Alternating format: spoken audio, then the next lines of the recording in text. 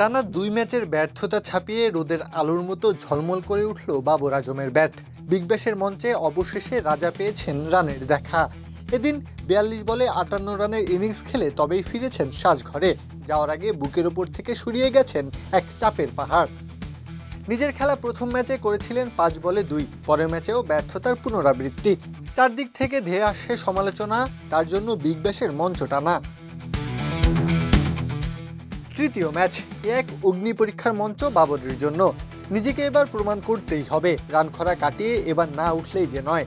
শুরুটা তাই বাবর করলেন দেখে শুনে। স্ট্রাইক রেটটা যদিও প্রশ্নচিহ্ন হয়ে থাকলো, তবে দৃঢ় বিশ্বাসী বাবর জানতেন তিনি পুষিয়ে দিতে পারবেন। আমরাই নাম্বার ওয়ান। নাম্বার ওয়ান হচ্ছে মেরিল পেট্রোলিয়াম জেলি। পথ সহজ করে দিলেন জশ ফিলিপ। এক প্রান্তে রান তুলতে থাকলেন ঝড়ের বেগে, আর অন্য প্রান্তে বাবর চললেন ধীর গতিতে। মাঝের সময়টাতে সুযোগ বুঝে রানের গতি বাড়িয়ে নিলেন।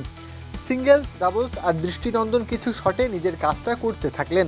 ১৮তম ওভারের মাথায় যখন আউট হলেন, নামের পাশে ৫৮ রানের ইনিংস, যা সাজিয়েছেন ৫-৪ আর ২ ছক্কার সাহায্যে। স্ট্রাইক রেটটা শেষ পর্যন্ত দাঁড়িয়েছে ১৩৮। স্কোর কার্ড দেখে মনে হতে পারে এ আর এমন কি, তবে বাবরকে এই কাজের জন্যই নিয়েছে সিডনি সিক্সার্স। একপাশে তার কাজ কেবল ম্যাচ ধরে রাখা, বড় মাঠের ফায়দা নেওয়া। সেই কাজটাই করেছেন বাবর। দিন শেষে সিডনির স্কোরবোর্ডেও এসেছে ১৯৮ রানের বড় সংগ্রহ। প্রত্যহ কাব্য, খেলা ৭১।